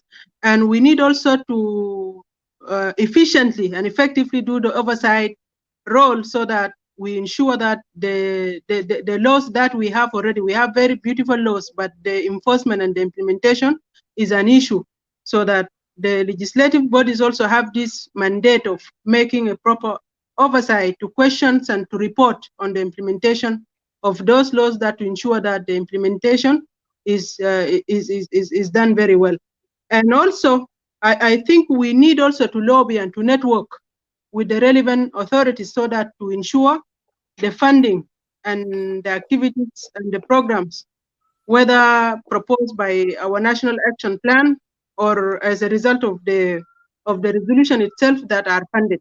And from this here, I want to actually emphasize on that the 1325 is not only bringing new ideas, but we have our own cultures and norms that I think are very beautiful, but only that women need to be supported. Our cultures, like, for example, the culture I'm coming from, I know that women in conflict are sincerely are valued, are recognized, because it is a taboo to kill a woman. It's a taboo actually to kill the child or an elderly people. This is according to our cultures. And I know some communities and some women. I remember last June I was in Bibor, and there is a group of women called the Kabarte women. These are a group of women who started their activities under trees. Sometimes they in Bibor, between the Murle, the Bor, and the Nuer, sometimes there is these activities of child abduction. So those women organized themselves and they started collecting the kids that are kidnapped and give them to the government so that they are returned to their families. I know this activity is very noble, but one of the issues that we have seen that those women are lacking funding. They were operating just under 3. So the UNDP came in and built a center for them. It is a simple center, but I think it was great if we compare the needs that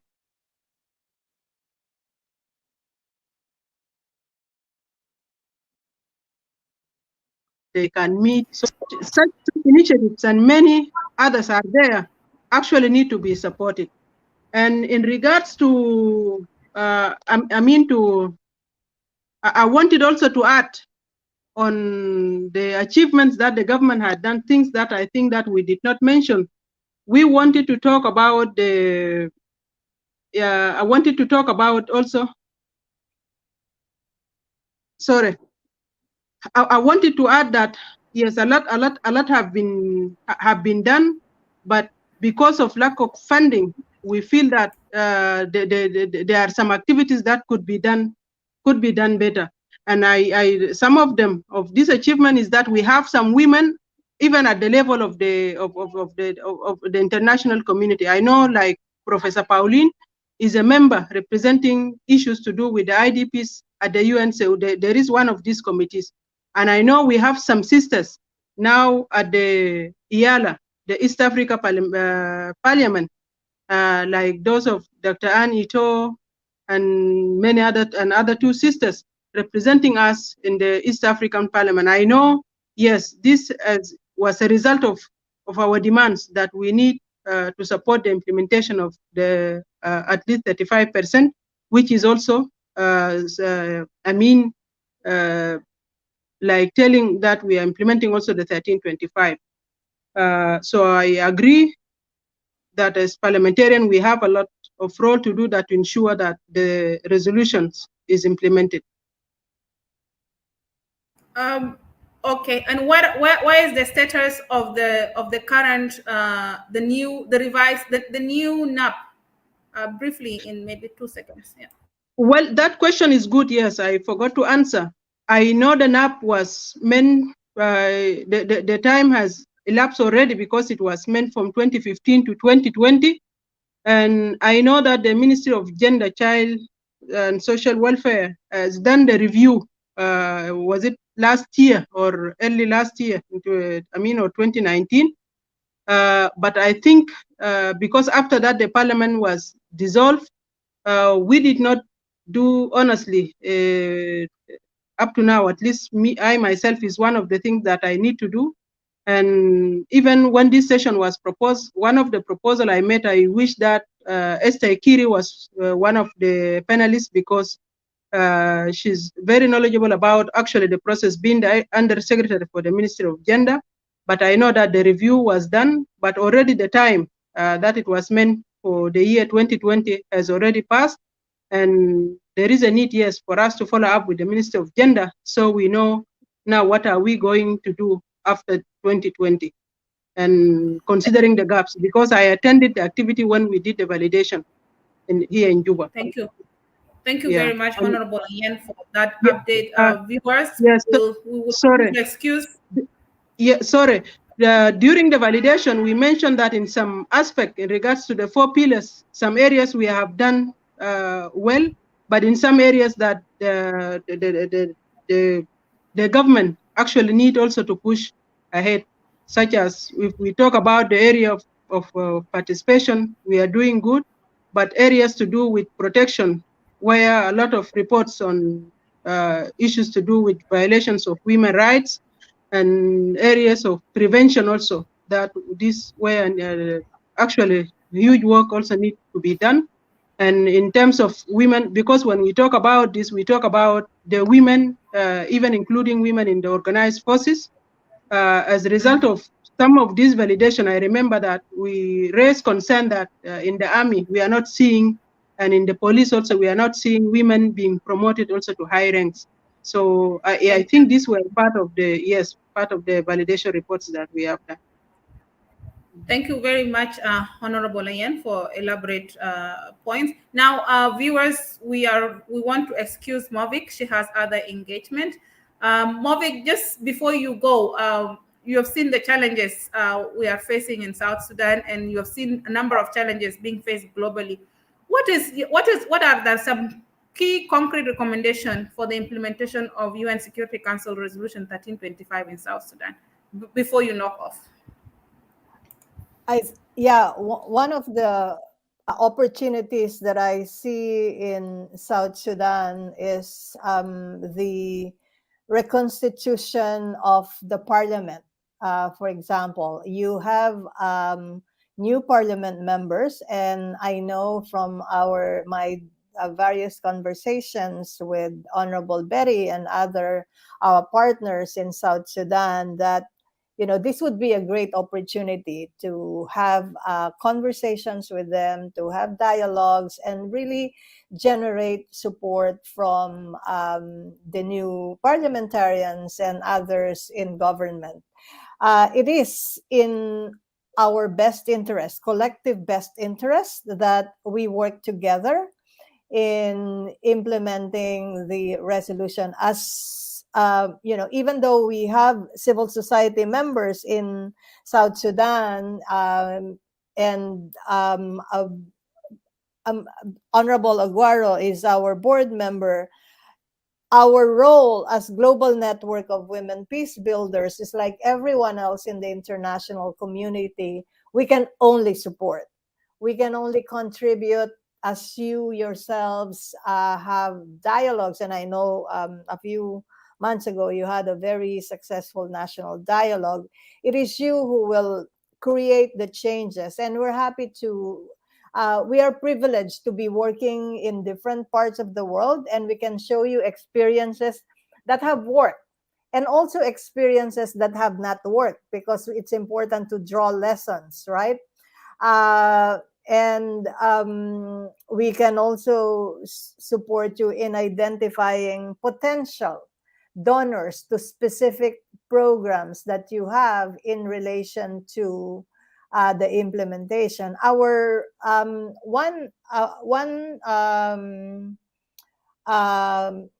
quote unquote condition for us to work in countries is to work very, very closely and strongly with civil society, especially women's rights organizations, women peace builders who operate and live in conflict and crisis affected communities. Right now, we just actually completed capacity building training with South Sudanese who are in refugee camps in Uganda.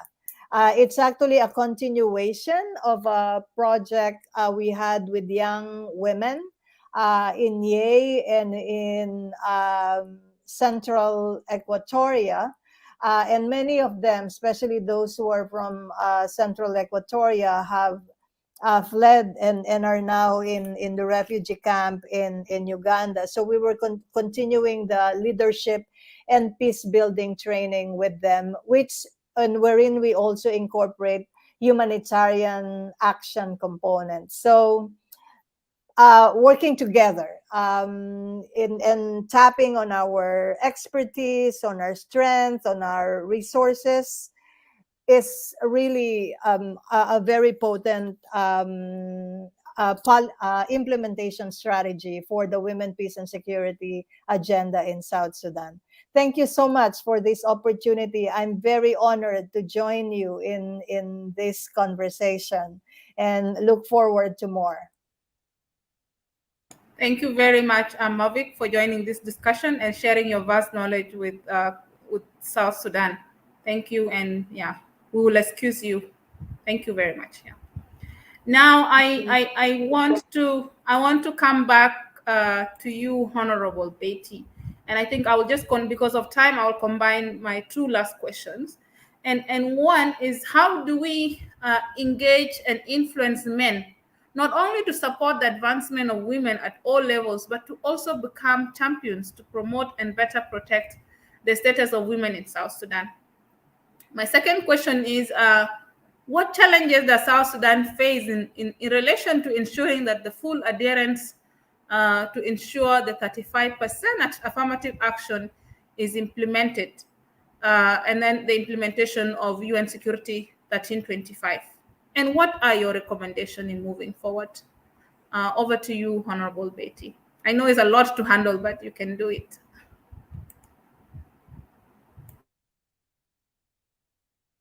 Honorable Betty, unmute yourself.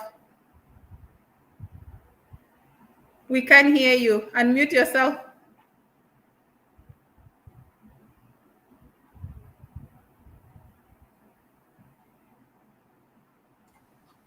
Okay. Yes. Yeah. I want to say it has been a nice discussion today about 1325 and the promotion of women, peace, and security, because these are three things that really are impacting on our life. Before I go to how can we engage men, I want to go back to the question of Susie, that how can the government finance the 1325? I don't know where is the question. How can the government in financing, the role of the government in financing the implementation of UN Security 1325 through localization of funds for development in the implementation of NAP? I want to say that when we started doing the NAP, which expired, that was the time the civil society of South Sudan, because I brought it up and I was really campaigning for it, and then Eve picked it up, and then we campaigned to Ministry of Gender to really take on the role. And that was the time the civil society named me as the champion of 1325 in South Sudan. But when we finished the draft of the 1325, and all the ministries who are related to 1325 were part of this, and then there were the strategies of implementing it. Every ministry took responsibility of what they can implement within their ministry. For example, we keep on talking about the army. The army, if we look at the National Action Plan, you will see that Ministry of Defense talked about the protection of civilians, including protection of women, that they will put funds into building capacity of the army, into training the army how to protect the civilians, into raising awareness against gender-based violence. They will put a budget line within their budget line. Ministry of Agriculture, for example, I was the minister at that time. The Ministry of Agriculture put a budget line to economically empower women through agriculture. Ministry of Health said they will do a budget line to improve the health of women, especially the maternity death, to reduce it. So all the ministries had the budget line. And you heard from Mavic that government only implement budget lines. So if our ministries are not putting this budget line within their budget so that they can implement it, 1325 will not be implemented as a block. 1325 has to be unpacked to every ministry that is responsible. Those 4 pillars are in different ministries. They should need to be unpacked, and those ministries need to include in their budget line on the yearly budget what they can do.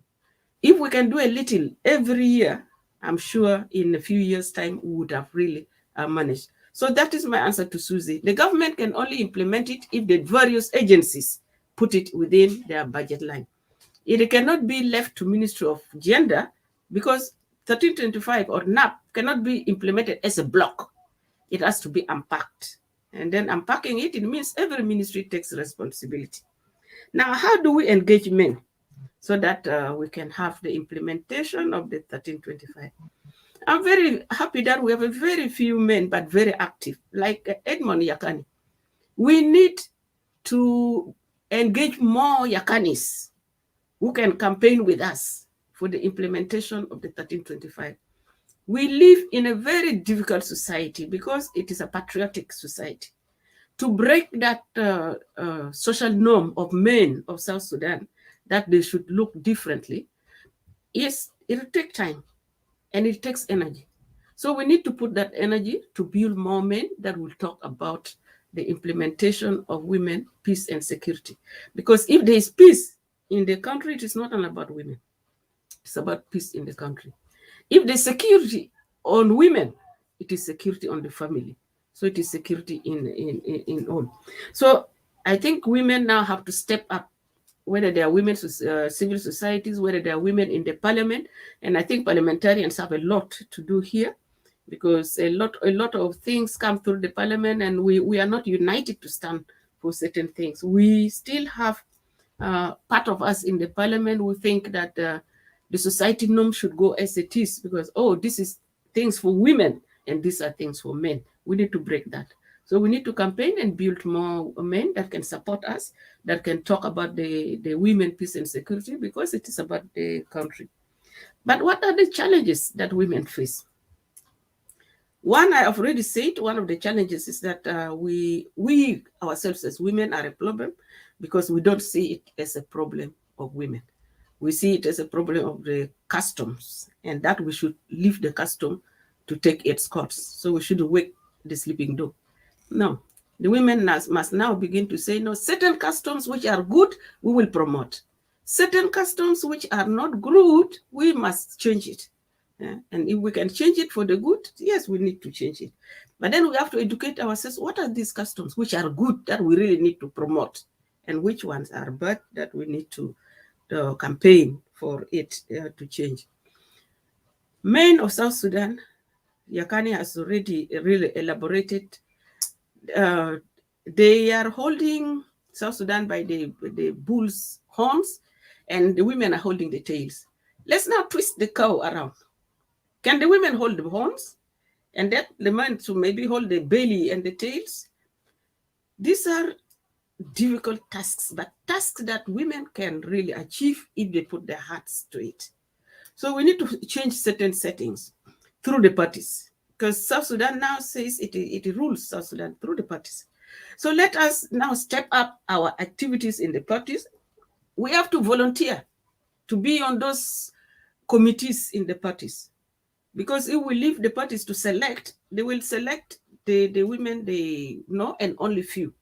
So let's volunteer because in a party it's a voluntary service. So as many women as possible, let's volunteer and go and join all the committees in the party. Whether it is information, so that we begin to pass information, whether it is in bringing women to the, or people to the parties, let us join those parties and be part and parcel of committees, active committee members of those parties. Even if they tell us, oh no, we don't have money, we are not going there for money. We don't want to be part and parcel to be paid because we are already being paid in the places where we are working. But we want to be there so that we see that women can really progress and women can be part and parcel of decision making in all these parties. Now, we also need women who should become party leaders. Women should now work to take the position of party leaders so that they can also make decisions. When the parties are deciding how many women to send where and which woman to send where, at least a woman also would be the decision maker. We have already, I think, 2 parties which are being led by women, or 3 parties being led by women. We still want to see these women who are leading these parties to do more for women, to communicate with women outside the parties so that we can also help to bring ideas together so that they can use these ideas. Because they can be suppressed by the men. They can just be figureheads on those parties, but the men will suppress their decisions. So if they can communicate, they can collaborate, they can share also what is going on, I think women will begin to progress. And what other challenges do we see? Women need funding to move. We don't have funding. Women, whether civil society organizations, even women parliamentarians struggle to get funding to do the advocacy that they want. So we need also to advocate for funding to go, for example, to the Women Caucus. And we need leadership of the Women Caucus to be stronger, to coordinate with all the women parliamentarians at the state levels, and also outside the parliament itself. Women need to coordinate with the other women and then coordinate with men. Now we need to engage with the men in the parliament. Without engaging men, we will not pass our votes. So the challenge we have that men don't look at the women as the issues of the women as necessary. We have to tell them how necessary these issues are so that they begin to accept. I think we need to reach the president. The people who are surrounding the president are men. And he is the decision maker. He is the single most important decision maker. But the people who surround him, who tell him what to do, who tell him who to appoint, who tell him who to dismiss, are all men. So now we need to tell the president, I think you need to surround yourself with women, and women who can help you build the country. Because the country had gone to waste, but the women must bring it up. So because of time, I think I want to stop here. Thank you. Thank you very much. Thank you very much, Honorable Betty. You have talked about ensuring each ministry take their part in the implementation of the National Action Plan on UN Security 1325. That's very, very key. And with that, having a budget line, it will help the government to track its investment in the implementation of that. Now, Edmond, if you are there, I will come. We are running out of time. We need to wrap up in the next 10 minutes. So, Edmond, if you can hear me, I will combine your second last question, the two questions last, and briefly, please, in like 3 minutes. What is the role of civil society? What is the gender responsive budgeting? Why is gender responsive budgeting important in the implementation of UN Security Council 1325 and the affirmative action? Now, my other question is, what are your recommendations in ensuring 35% affirmative action is implemented and the government and civil society in South Sudan embarked on really expediting implementation of UN Security 1325? Over to you, Mr. Achan, in 3 minutes. Thank you very much. I think one, with regard to the importance of gender sensitive budgeting, which I think is very important, is that what like Honorable Betty have said is right from the directorate of every ministry. What does it mean for us to have a gender sensitive budgeting? It means any directorate, once is developing a plan, the plan have to be gender sensitive, not gender so like blind, in sense of like whatever each directorate of a ministry is doing, how much is that priority covering allocation of money, covering priorities of women and men in that particular ministry, and that can sum up into a ministry budget, and that sum up as a national budget. So it's very important for us to invest in terms of during ministerial budgets, to invest to make the budgeting to look more gender sensitive, and that will reflect as a national gender sensitive. Because if we come to campaign for gender sensitive budgeting at national, at a parliament level during the debate, it's already too late.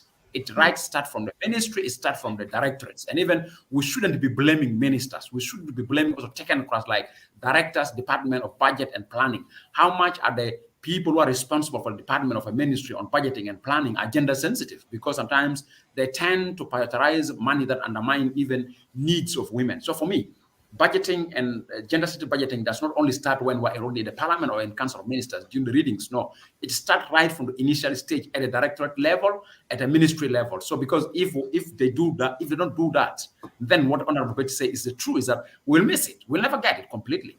Two, if money is allocated also back to the ministry, executing budget, how much are we executing budgets in gender sensitive? Because I have experience of doing a bit of a particular ministry budget analysis. Money that meets priorities of women are diverted for buying tires, spare parts of ministry, or even stations of ministries.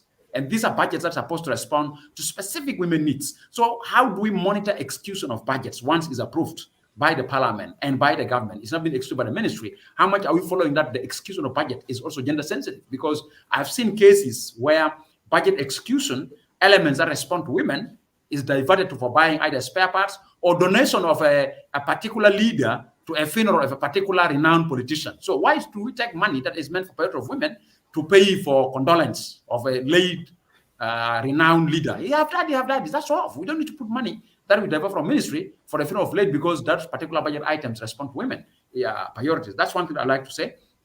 My final conclusion is that what you raised to me is how can we really try our level best to ensure that as we're working together as civil society in terms of advocacy towards budget, gender-sensitive budget. I think for me, it's as said, we start as early as possible to pursue the ministries, particular directors, and that's where the monitoring started from. That when we start monitoring budgeting processes and we're monitoring execution of budget, that's what we need to do to pursue that.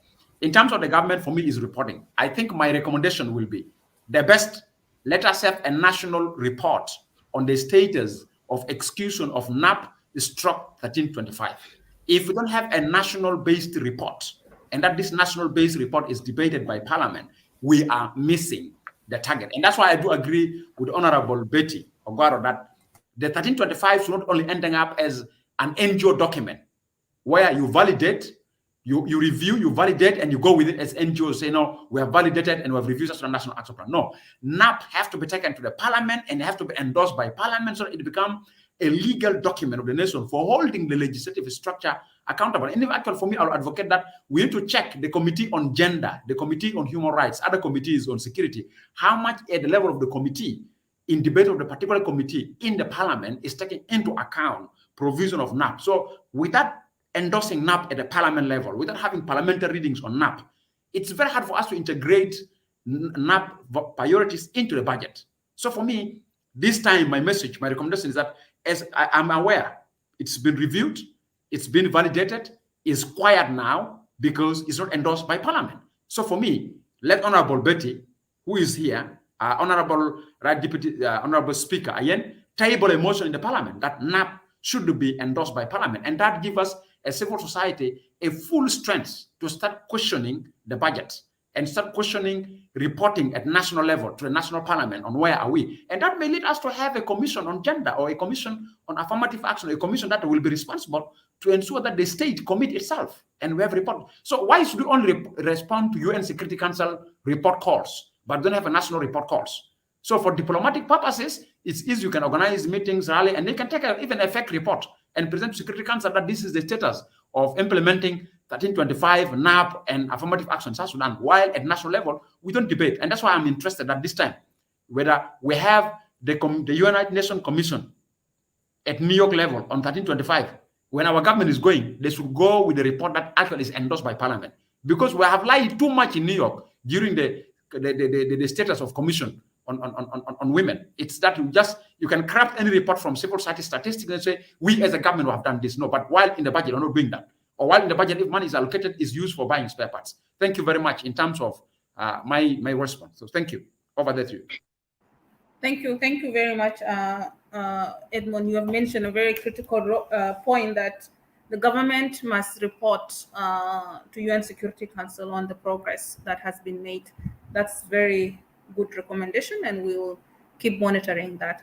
Now, because of time, we're running late, so I'll be asking the panelists to please keep your point limited. So I'm coming back to you, Honorable Mary Achan, with my last question. and is what are the challenges facing women, both the women lawmakers and the women in South Sudan, and what are your recommendations in moving forward? In 2 minutes, please. One, insecurity is a concern, because as long as the country is in conflict, in war, then women issues and will be considered to be just secondary issues, not a priority. So I think there is a need that we bring, we restore peace. So we look at other issues as also priorities and part of development. So insecurity is a challenge.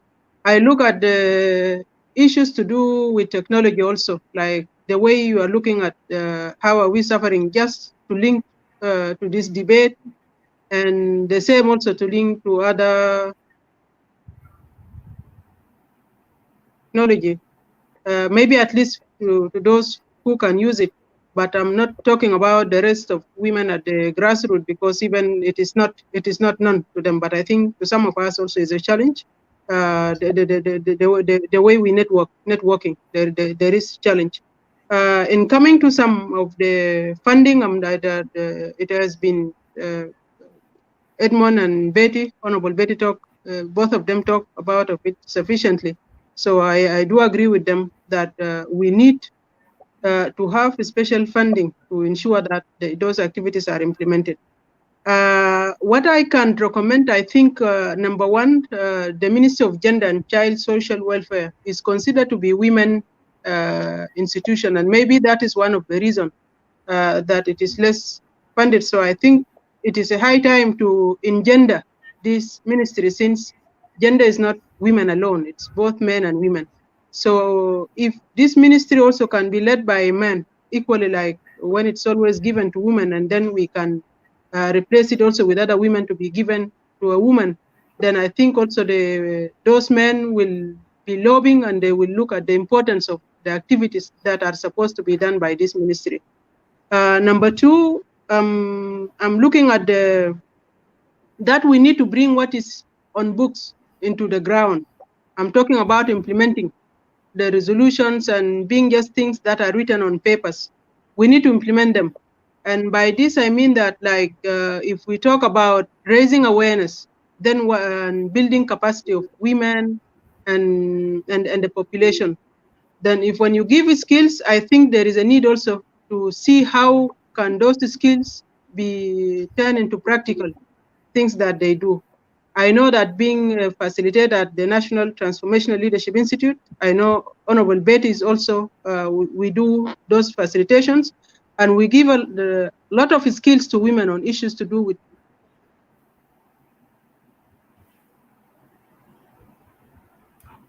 on economic empowerment. But at the end of the day, you will find that those women are only equipped with the skills and with knowledge that they cannot put into practice. So there is need also for our partners to ensure that the institutions, and I know even Edmond recently was in the state also, building capacity of women. And I know always the recommendations that we are receiving from women is that, okay, we have the skills, now give us something to practice the skills that you have been giving us, like in terms of when we talk about economic empowerment. And the NTLI has been doing a lot in this field, but we have been appealing also to our partners that those women are crying for those support, that so they do some activities on income generating activities, because I think one of the weaknesses also, women voices are not heard because economically they are not empowered. So I think it is an issue we need to look at it. Adding to what Honorable Betty and Edmond talk about, we need to revisit the implementation and of NAP. Yes, it is true. We need to look at it. And since it was in